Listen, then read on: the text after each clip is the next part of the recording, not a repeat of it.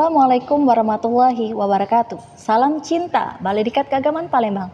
Halo Sobat BDK TV dimanapun Anda berada. Senang sekali saya Tari Rusti Aprianti dapat menjumpai Anda dalam program Ngobiet, Ngobrol Asik Edukatif.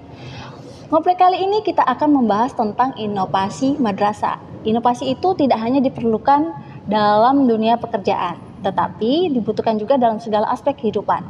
Untuk mengetahui lebih lanjut tentang inovasi, telah hadir bersama saya narasumber dari Balai Dikat Keagamaan Palembang, yaitu Bapak Dedi Darmawan MPDI. Assalamualaikum Bapak. Waalaikumsalam warahmatullahi wabarakatuh, Bu Tari. Apa kabarnya Pak? Alhamdulillah sehat. Sekarang sedang sibuk apa?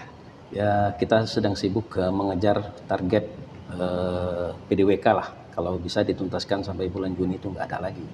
Jadi kita sibuk keluar-keluar nih, Bu Tari. Ngajar di luar ya? Iya. Semoga sehat-sehat terus ya Pak. Alhamdulillah. Baiklah Pak, Iya. mengenai terkait dengan tema kita pada yang tari senggol tadi, Iya. apa sih menurut Bapak inovasi? Menurut saya atau menurut ini beberapa pakar gitu? Ya, betul. Oh gitu ya.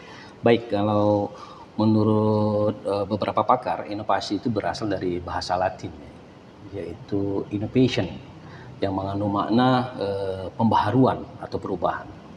Namun kalau kita merujuk ke Kamus Besar Bahasa Indonesia, inovasi itu adalah penambahan atau pemasukan hal-hal yang baru, sehingga hal-hal yang sudah ada itu tetap dilaksanakan. Nah, lalu kita inovasi dengan cara memasukkan hal-hal yang baru, sehingga hal-hal yang baru ini bisa menjadikan hal-hal yang lama itu lebih baik dari sebelumnya. Nah, kira-kira begitu, Bu. Begitu. Iya. Kapan sih inovasi itu harus dilakukan, Pak? Ya, inovasi itu kalau kita menyorot dan fokus ke madrasah gitu, karena inovasi madrasah itu untuk zaman sekarang ini adalah sesuatu hal yang harus segera dilaksanakan. Mengapa? Karena di zaman 4.0 ini atau di zaman 4.0 ini, dan sebentar lagi di tahun depan kalau nggak salah sudah masuk ke zaman 5.0,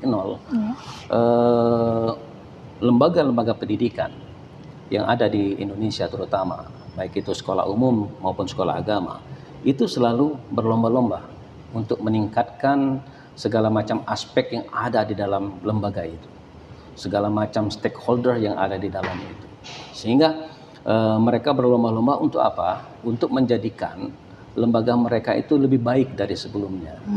Dan dengan tujuan apa? Agar kualitas pendidikan yang ada di negara kita ini dan yang ada di lembaga itu sendiri menjadi lebih baik dari sebelumnya. Kira-kira seperti itu, Bu Tari. Di mana saja sih Pak inovasi itu harus diterapkan? Kalau kita berbicara tentang inovasi madrasah, di bagian mana aja gitu ya, betul sekali. Kita harus terapkan itu banyak sekali, Bapak. Bu Tari ya. Ya. Sebagai contoh, inovasi di bidang kurikulum misalnya.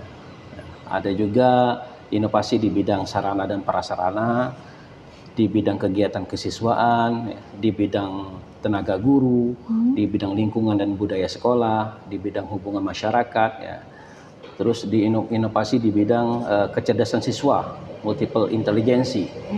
Karena segala macam bidang-bidang tadi adalah sesuatu hal yang sebuah keniscayaan untuk bisa kita kembangkan lebih baik dari sebelumnya.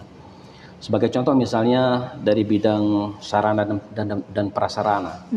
Mungkin keterbatasan alokasi dana yang diterima oleh sebuah madrasah untuk mengembangkan bagaimana sarana dan prasarana itu bisa lebih baik dari sebelumnya, ya.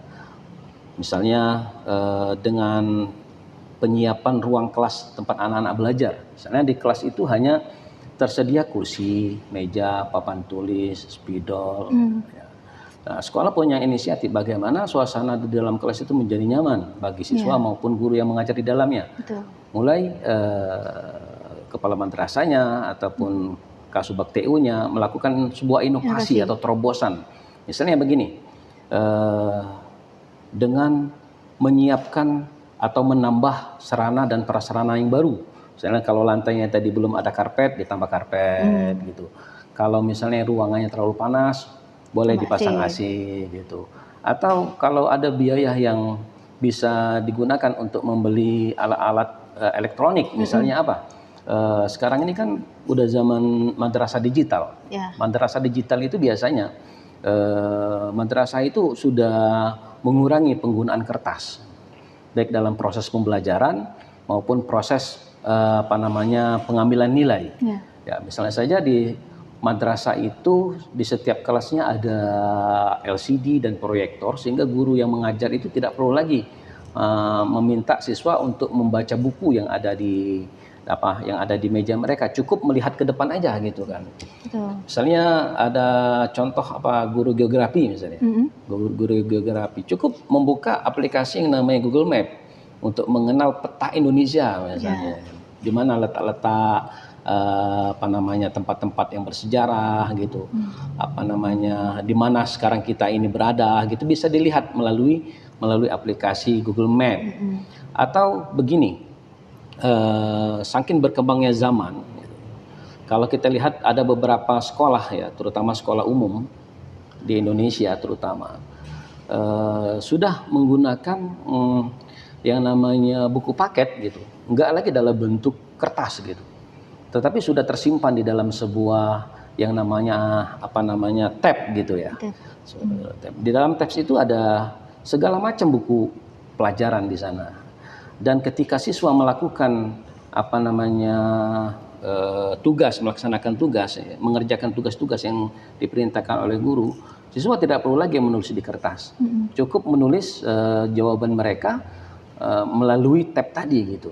Lalu mengirimkan lembar jawabannya melalui misalnya Google Form, melalui Menti dan berbagai macam aplikasi tentang proses pembelajaran, sehingga siswa akan merasa lebih nyaman dalam menerima pelajaran dari guru. Dan kalau kita lihat sekarang ini nggak tahu ya kalau di tempat lain. Kalau sebagai contoh nih, kita lihat ada anak setingkat Min gitu.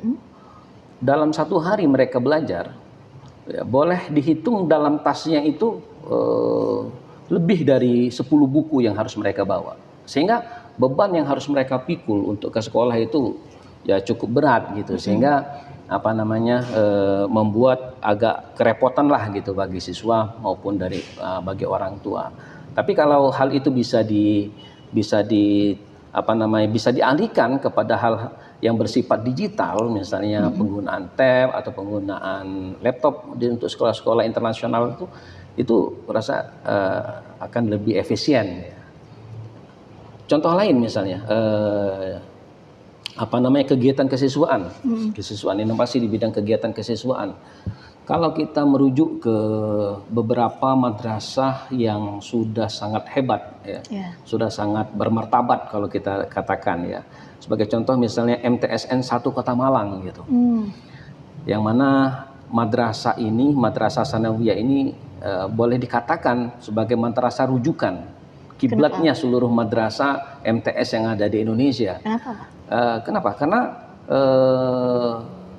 segala macam prestasi, baik itu bersifat lokal maupun internasional gitu kan, sudah mereka raih. Mengapa bisa mereka mencapai pada titik itu? Kenapa? Karena kalau kita lihat kegiatan di madrasah itu luar biasa, kegiatan kesiswaannya. Mereka tidak hanya fokus belajar di kelas aja gitu, tapi mereka dicari bakat-bakatnya, kelebihan-kelebihannya, sehingga dengan mengetahui bakat dan kelebihan siswa, sekolah atau guru akan lebih fokus mengembangkan bakat yang dimiliki oleh siswa. Misal siswa dalam satu kelas itu sangat pintar dalam hal pelajaran matematika misalnya. Siswa yang sangat lihai di bidang matematika itu lebih difokuskan untuk memahami, belajar lebih dalam dan lebih luas untuk menguasai pelajaran matematika. Terbukti MTSN 1 Kota Malang itu mendapatkan juara 2 lomba matematika tingkat internasional gitu ya. Kalau nggak salah itu diadakan di Amerika Serikat kalau nggak salah. Luar biasa. Sekelas level madrasah bisa ikut lomba aja itu udah luar biasa. Iya. Ya, apalagi mendapatkan prestasi di sana gitu kan. Dan saya dengar juga MTSN 1 Malang itu, Kota Malang itu ya bukan hanya sekali dua kali, tapi berkali-kali mereka mendapatkan prestasi di luar negeri itu. Jadi kalau kita berbicara tentang kegiatan kesiswaan yang menjadi fokus sebuah inovasi, sehingga siswa yang ada di sekolah itu menjadi lebih berkualitas ya alumninya. Betul. Tidak hanya mereka menguasai bidang tertentu saja, tapi mereka menguasai secara keseluruhan gitu.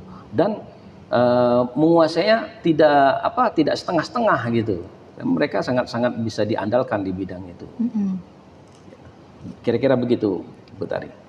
Menurut Bapak, siapa pelaku utama dari inovasi madrasah tersebut? Kalau kita berbicara tentang pelaku utama untuk membuat suatu inovasi di madrasah, jawabannya singkat. Ya, kalau kita berbicara tentang pelaku utamanya itu ya kepala madrasahnya gitu. Karena begini,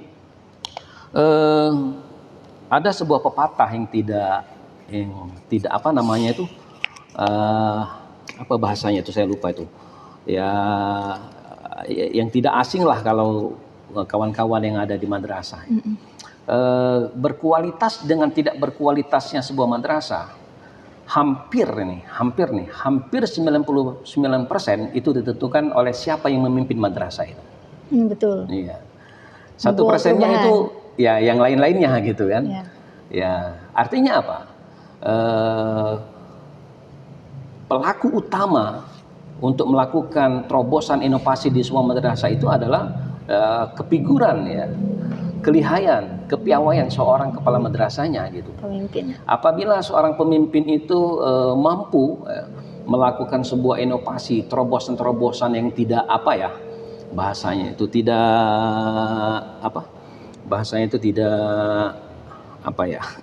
saya lupa itu kira-kira.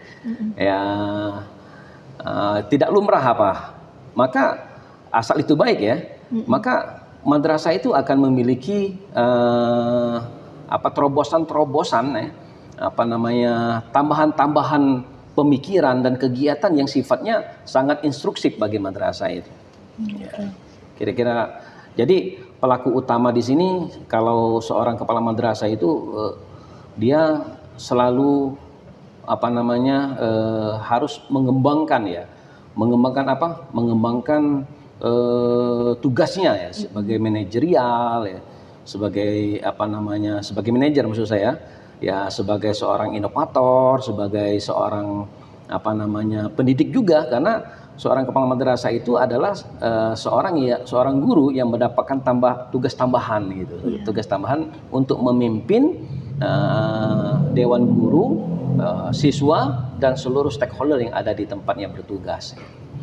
Dan sasaran utama inovasi yang dilakukan oleh seorang kepala madrasah itu ya bisa menyasar ke bagian kurikulum gitu ya, bisa menyasar juga ke bagian sarana dan prasarana, bisa juga menyasar ke bagian pengelolaan keuangan dan strategi pembelajaran, juga bisa menyasar ke bidang pengelolaan siswa ya, guru dan hubungan masyarakat.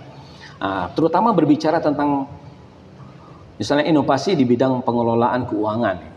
Ini sesuatu hal yang sangat riskan ya. Mengapa? Karena kalau berbicara tentang keuangan itu adalah berbicara tentang sesuatu hal yang sangat sensitif gitu. Sensitif. Kenapa?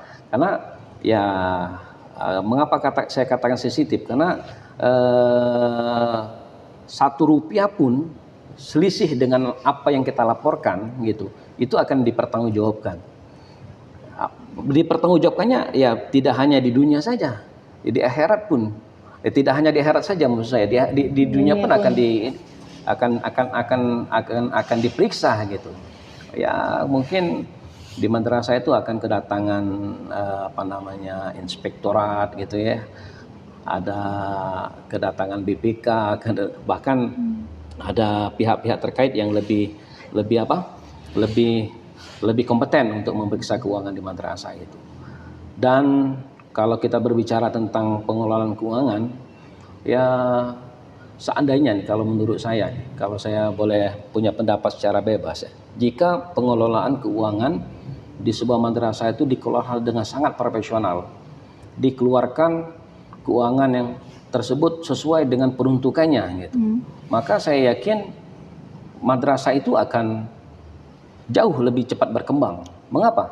Karena pengelolaan keuangan yang secara profesional dan sesuai dengan peruntukannya, ya itu akan misalnya akan sangat membantu ya, akan sangat membantu dalam hal kemajuan madrasah itu. Sebagai contoh misalnya saya ambil contoh di wilayah Sumatera Selatan ini di Kabupaten Muara Enim.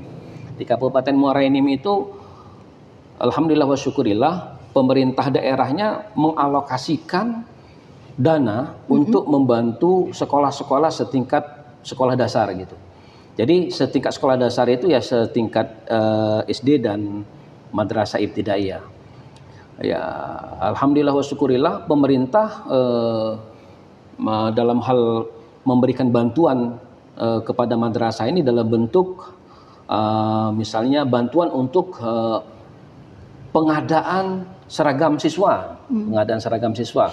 Karena siswa dibantu oleh pemerintah daerah dalam hal pengadaan dari sepatunya, dari kaos kakinya, dari seragamnya gitu, dari tasnya, dari buku pelajarannya.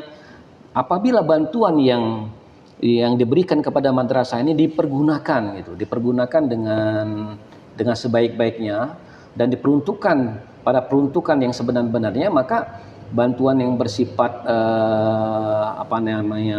bersifat materi ini itu akan sangat membantu, ya akan sangat membantu perkembangan madrasah itu. Gitu Pak. Iya. Menurut Bapak, mengapa inovasi madrasah penting untuk dilakukan? Ya itu tadi, ya inovasi madrasah itu sangat penting dilakukan karena kalau kita tidak berinovasi, kita artinya boleh dikatakan jalan di tempat gitu. Kenapa saya katakan jalan di tempat?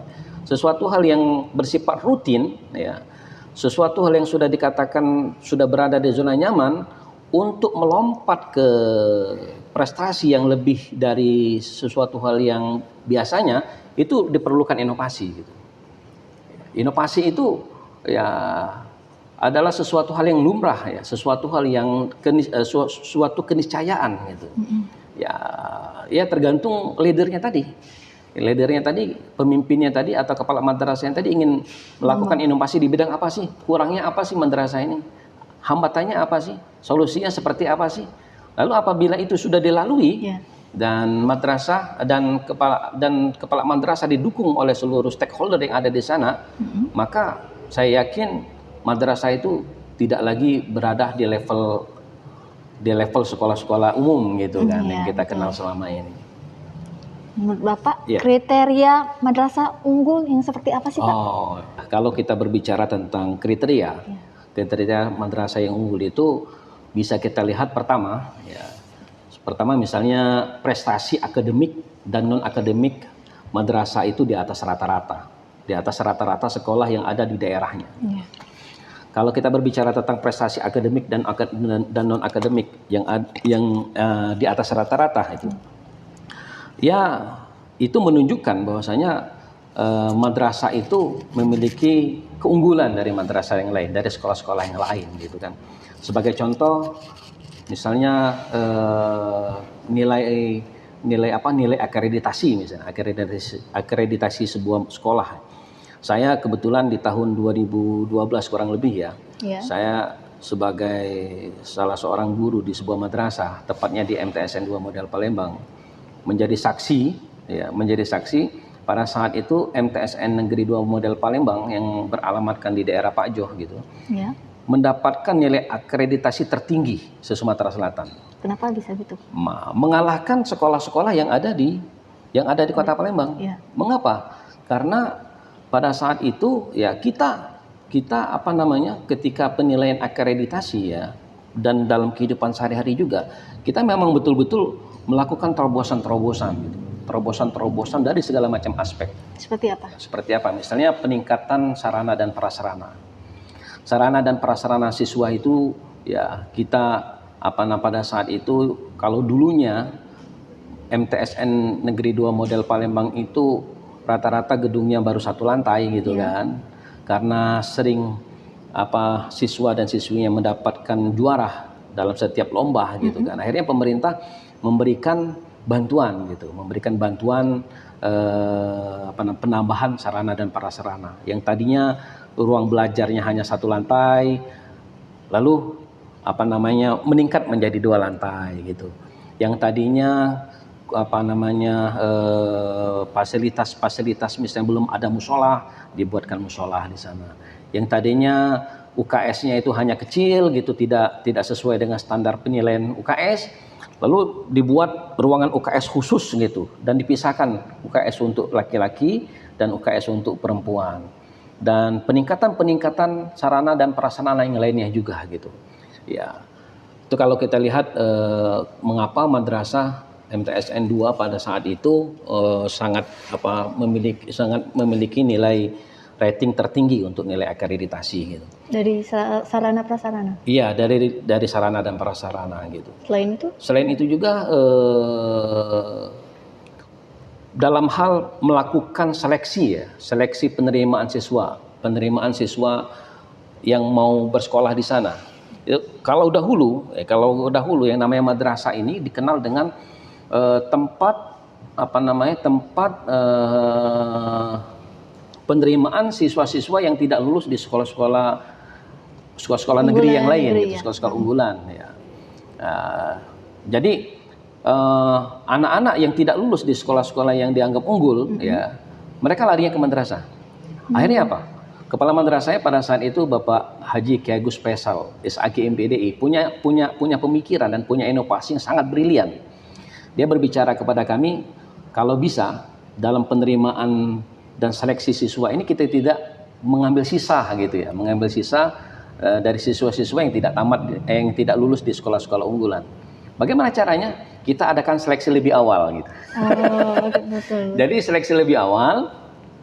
Nah, ternyata dengan strategi inovasi seperti itu, kita mendapatkan calon-calon siswa yang bukan bahasa kasarnya itu buangan gitu, atau yang tidak lulus di sekolah-sekolah unggulan tadi lalu masuk ke sekolah kita. Tidak. Justru kita dengan strategi melakukan penjadwalan lebih awal dari sekolah-sekolah yang lain, kita mendapatkan calon-calon siswa yang sangat sangat baik lah gitu ya, sangat yang terbaik ya. Kenapa? Karena seleksinya itu baik dari segi akademik maupun akademik ya, non akademik ya, itu diterapkan di madrasah itu. Terbukti alhamdulillah wa syukurillah, madrasah MTSN Negeri 2 Model Palembang di tahun itu pendaftarnya lumayan ya, banyak ya. Di atas 800 lah gitu, 800 siswa, sementara yang diterima hanya sekitar 200-an sampai 300-an. Artinya apa? Artinya animo masyarakat terhadap madrasah ya, terutama MTSN 2 Model Palembang pada saat itu sangat lumayan.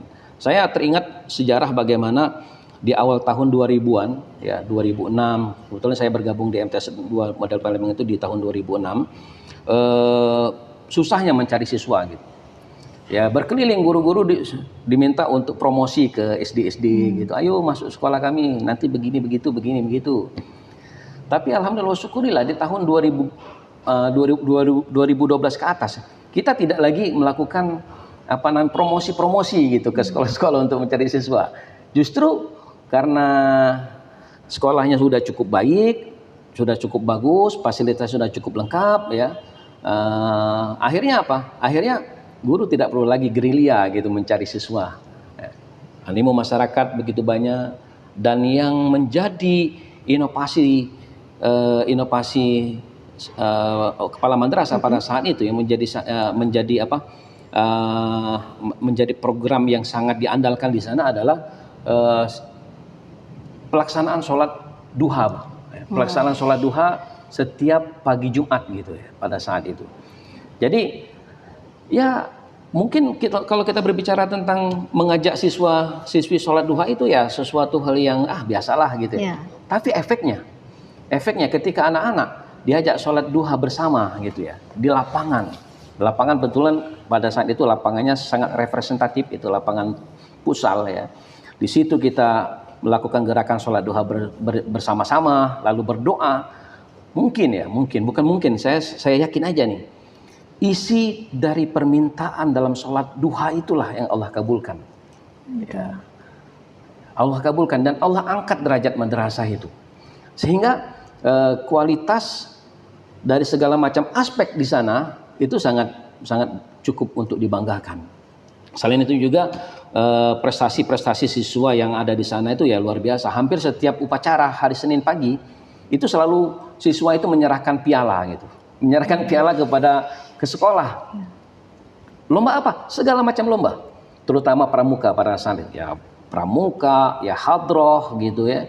Dan alhamdulillah untuk tingkat aksioma kalau nggak salah itu di tahun 2017 apa 2015 ya, saya lupa, 2017 kalau nggak salah. Aksioma tingkat nasional yang diadakan di Yogyakarta, MTSN 2 model Palembang mendapatkan juara 1 nasional, hadroh terbaik se-Indonesia. Masya Allah. Begitu kira-kira. Selain itu juga ya banyak juga sih kriteria-kriteria yang lain kalau berbicara tentang kriteria madrasah unggul itu. Ya, kira-kira seperti itu. Selain prasarana, pendidikan, prestasi akademik dan non akademik gitu, dan cara melakukan seleksinya gitu, seleksi siswa baru yang sangat ketat dan sangat sangat objektif. Mengapa saya katakan sangat objektif? Ya siapapun juga, anak siapapun juga yang mau masuk ke sana gitu. Ya kalau nggak masuk nilainya nggak cukup ya nggak bisa masuk gitu. Ya. Kenapa? Karena ya kalau kita kenal madrasah itu kalau punya kedekatan dengan kepala madrasahnya, lalu anak kita tadi tidak punya potensi untuk masuk ke sana lalu diterima, ya akibatnya apa? Akan berpengaruh kepada siswa lain gitu. Dengan cara penerimaan siswa yang sangat objektif ini, maka yang dicari itu adalah anak-anak yang memang sesuai dengan kriteria ya. Misalnya syaratnya adalah mereka harus bisa baca Al-Quran ya. Itu syarat utama, atau mengaji gitu ya. Nah, ketika mereka sudah mampu itu ya, maka untuk tingkat madrasah sanawiyah guru-guru tidak perlu lagi mengajar anak untuk membaca Al-Quran dari awal misalnya kan, sehingga tinggal diteruskan aja gitu. Karena apa? Karena yang namanya madrasah kita kenal ya Mbak tadi ya, madrasah itu kan selain mempelajari ilmu-ilmu umum, ada 5 mata pelajaran agama. Yang pertama Al-Quran hadis, akidah akhlak, sejarah peradaban Islam. Kalau dulu sejarah kebudayaan Islam ya. Terus apa tadi?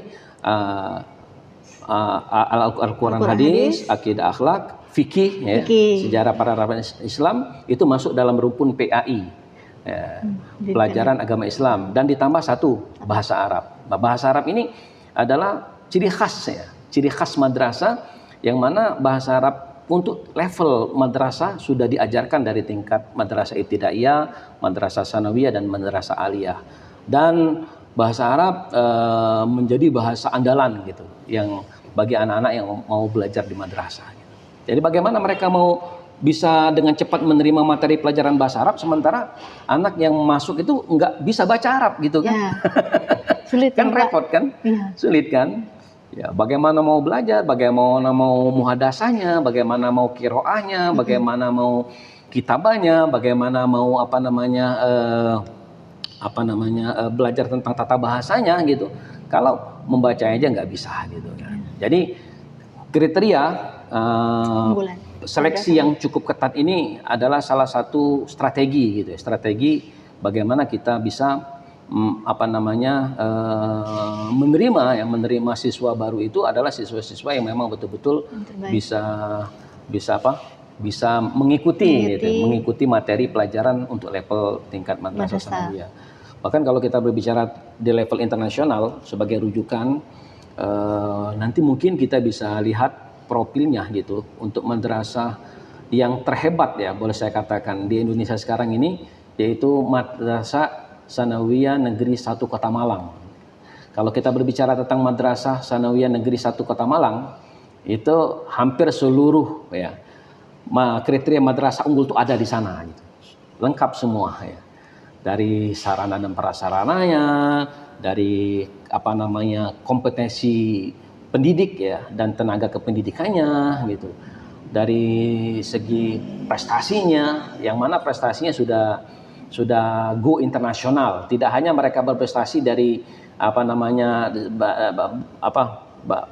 selevel lokal aja, tapi mereka sudah berprestasi di tingkat internasional. Kira-kira seperti itu, Bu Dari. Baiklah Pak Dedi, seperti yang Bapak jelaskan tadi, ada terkait MTS Negeri 1 Kota Malang. Ya. Bagaimana sih Pak, menurut Bapak, gambaran mengenai inovasi-inovasi yang telah dilakukan MTS Negeri 1 Malang tersebut? Oh ya, baik Mbak Tari. Kebetulan saya beberapa tahun yang lalu sudah pernah mengunjungi madrasah itu untuk melakukan studi banding. Ya. Dan saya melihat secara langsung bagaimana MTSN 1 Kota Malang itu melakukan inovasi dari segala macam aspek gitu. Sehingga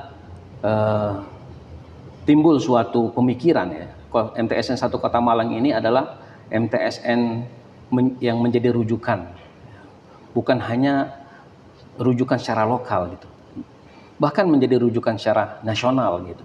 Ya hampir setiap tahunnya itu ada saja itu madrasah-madrasah provinsi-provinsi yang ada di Indonesia ini berkunjung ke sana. Ya, kalau kita lihat dari segi tampilannya aja, kota MTSN 1 Kota Malang itu tempatnya sangat representatif ya, terletak di pinggir jalan yang menjadi jalan utama di Kota Malang itu ya. Melihat dari depan aja, dari jalan besar itu aja, kita sangat terperangah melihatnya gitu. Bagaimana tidak terperangah? Madrasah tetapi lantainya itu tidak hanya satu lantai gitu ya. Ya ada 4 lantai, 3 atau 4 kalau nggak salah ya. Begitu megah bangunan yang namanya madrasah itu biasanya dikenal dengan hal-hal yang kumuh gitu ya. Tapi kok nggak seperti yang ada di sini gitu kan? Begitu mewah gitu. Lalu ketika kita masuk ke pintu gerbangnya itu, dari mulai masuk dari pintu gerbang itu aja udah kelihatan begitu bagusnya ya, penataan tempat ya, lingkungannya, yang mana halamannya itu dipenuhi dengan tanaman-tanaman hijau gitu, tanaman-tanaman yang sangat sejuk gitu, tanaman yang sangat indah dilihat oleh mata gitu kan. Lalu penataan ruang kelas, penataan gedung, nama-nama gedung aja di sana itu sudah menggunakan nama-nama para ilmuwan ya, ilmuwan dalam Islam, misalnya ya gedung Ibnu Rushdi, gedung Al-Khawarizmi gitu. Yang mana Al-Khawarizmi kita kenal adalah seorang pakar aljabar ya, atau matematika dalam dunia modern sekarang ini. Lalu kalau kita masuk lagi ke sana ya, kita lihat misalnya penataan ruang kelas gitu. Hampir di setiap kelas itu adalah kelas yang sudah digital gitu. Ya. Mengapa saya katakan digital? Karena di sana sudah tersedia segala macam alat-alat seperti LCD, proyektor gitu ya. Terus di dalamnya itu ada lemari untuk menyimpan buku bagi setiap siswa gitu. Terus meja belajarnya juga sudah satu-satu gitu, nggak seperti dulu gitu kan. Kita belajarnya pakai meja kayu yang paku-pakunya itu suka keluar dan suka menyobek celana kita gitu kan. Terus penataan taman gitu ya, taman, tempat olahraga gitu ya. Bahkan saya dulu pernah ke sana ya, di beberapa tahun yang lalu itu pernah secara tidak sengaja lah gitu, numpang ke toilet mereka gitu. Yeah. Dan alangkah terkejutnya saya ya, melihat toiletnya itu seperti toilet hotel gitu ya. Sangat harum sekali. Kenapa yang membuat toilet ini, tiap toilet siswa kok harum? Oh ternyata di sana ada petugasnya gitu. Ada petugas yang standby untuk membersihkan toilet siswa loh. Ya di sana kalau lantainya basah itu langsung dipel sama petugasnya gitu ya. Pada saat itu. Lalu madrasah ini juga sangat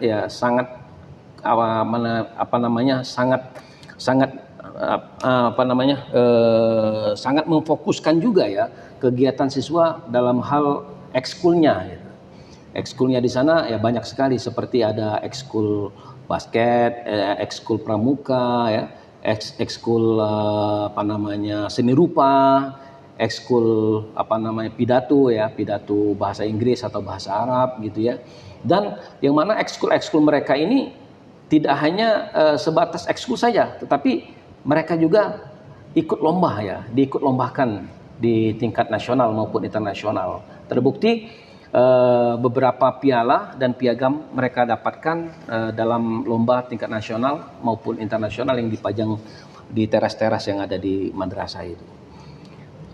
Jadi kalau kita menyimpulkan ya, menyimpulkan dari sebuah inovasi ya, inovasi yang dilakukan oleh sebuah madrasah itu adalah sebuah keniscayaan. Sebuah keniscayaan yang mana inovasi itu adalah sesuatu hal yang tidak tabu gitu, sesuatu hal yang biasa asal kita mau bergerak gitu. Jadi merujuk ke sebuah ayat dalam Al-Qur'an yang Allah Subhanahu wa taala mengatakan innallaha la yukhayyiru ma biqaumin hatta yukhayyiru ma bi anfusihim. Yang artinya Allah itu tidak akan mengubah nasib suatu kaum. Kalau kita istinbatkan di sini nasib sebuah madrasah gitu. Hatta yukhayyiru ma bi anfusihim. Sehingga mereka sendiri mau mengubah ya, mau mengubah nasib madrasah itu. Mau mengubah pola pendidikan yang ada di sana agar menjadi lebih baik, itu pengelolaan guru-gurunya, tenaga pendidiknya agar lebih memiliki kompetensi yang sangat bisa diandalkan, pengelolaan sarana dan prasarana, pengelolaan tenaga kependidikannya gitu, dan pengelolaan dari segala macam aspek yang ada di dalam madrasah itu. Jadi inovasi sebuah madrasah ya, itu harus dimulai oleh seorang leader yang memiliki pemikiran, tanggung jawab yang memang berasal dari hati nuraninya gitu ya. Betul. Karena memimpin itu kalau tidak berasal atau tidak sehati gitu ya, tidak berasal dari hati nurani yang memang tulus untuk melaksanakan tugas ini dengan baik dan benar, maka kepemimpinan itu akan sulit untuk berkembang. Ya. Kira-kira begitu Bu tadi. Luar biasa sekali ya Pak. Semoga bermanfaat untuk sahabat BDK TV di rumah. Ya. Baiklah Pak. Sebelum mengakhiri episode Ngopiek pada hari ini, apa closing statement dari Bapak Dedi untuk sahabat-sahabat BDK TV? Oke, untuk sahabat-sahabat BDK TV, pemirsa yang ada di rumah dan yang menyaksikan channel BDK TV ini, closing statement saya adalah untuk menjadi madrasah hebat dan madrasah bermartabat, inovasi sangat diperlukan. Berinovasi dalam segala hal, berinovasi dalam segala bidang itu sangat diperlukan. Mengapa? Karena kalau kita tidak berinovasi, maka kita selamanya akan selalu berada pada zona nyaman saja. Tidak mau melakukan perombakan-perombakan yang lebih baik lagi. Kenapa? Karena dengan berinovasi berarti kita memiliki keinginan untuk menjadikan madrasah kita lebih baik dari sebelumnya. Betul. Itu saja. Berarti Pak, inovasi yang dilakukan di suatu madrasah itu bisa dari inovasi kurikulum, tenaga guru, sarana prasarana, dan kegiatan kesiswaan. Betul begitu Pak? Iya, betul. Demikianlah pembahasan Ngopiek pada hari ini. Saya selaku host Tari Resti Aprianti beserta narasumber Bapak Dedi Darmawan MPDI dan segenap tim BDK TV pamit undur diri. Wassalamualaikum warahmatullahi wabarakatuh. Waalaikumsalam warahmatullahi wabarakatuh.